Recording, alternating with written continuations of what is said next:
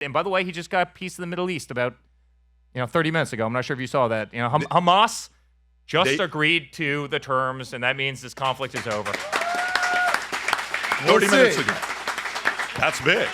We'll see. That is massive. Now, obviously, there's one side that's like, we'll agree to giving up the hostages, we'll agree to this, but I think they're asking about whether Tony Blair, whether they're comfortable with some of the. They don't have a choice right now because it seems like this is the first time. I was talking to a guy yesterday. He says, Pat, you don't understand how big of a deal this is. When the president kept saying, this may be one of the single biggest events ever, and we're thinking, he's very good at building things up. And he says the president was able to get Qatar and Israel essentially to both agree against Hamas, which Qatar normally wouldn't do that, but we're doing something that's never happened before. This is the part when he's able to broker some of these deals that nobody could do in the past. And by the way, it's not exactly easy. I mean, Israel was also dropping bombs in the middle of Qatar, and they have to obviously protect themselves, and it was a tough situation. But he wrote a tweet about 4 hours ago. I'm not sure if any of you in here.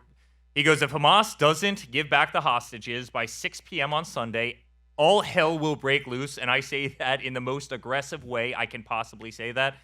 And then, which is for Donald Trump is pretty damn aggressive, right? And exactly 3 hours later, Hamas writes a nice letter saying, we're done, we're good, let's They said that, so they just said that. Yeah, they just said that about 4 hours ago, and then they just gave up. So it's great. And guys, I've personally seen my father solve wars all over the place. I mean, Cambodia, you probably saw that, and you saw everything that was happening with Thailand, and he is fundamentally anti-war. And what drove me crazy is for years I got to listen to these people.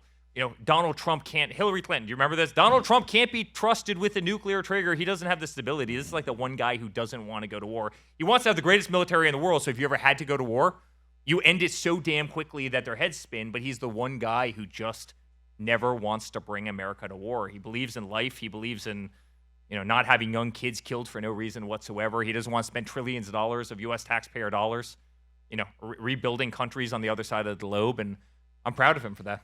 Yeah, Rob, if you want to pull up the tweet, this is literally from the White House. Peace in the Middle East, based on the statement just issued by Hamas. I believe they are ready to for lasting peace. Israel must immediately stop bombing of Gaza so that we can have the hostages out safely and quickly. Right now, it's far too dangerous to do that. We're already in discussions on details to be worked out. This is not about Gaza alone. It's about long-sought peace in the Middle East. That is powerful. That is absolutely powerful. So we're looking at this book right now. If you're watching this and you're loving the podcast, this will be at the end of every single one of the clips. We would like to see if we can do something. Okay, collect. Thank you so much.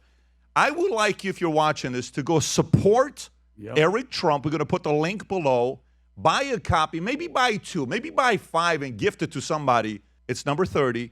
Let's, in the next 24 hours, help this book become #1 on all of Amazon. If you can buy 10, order 10.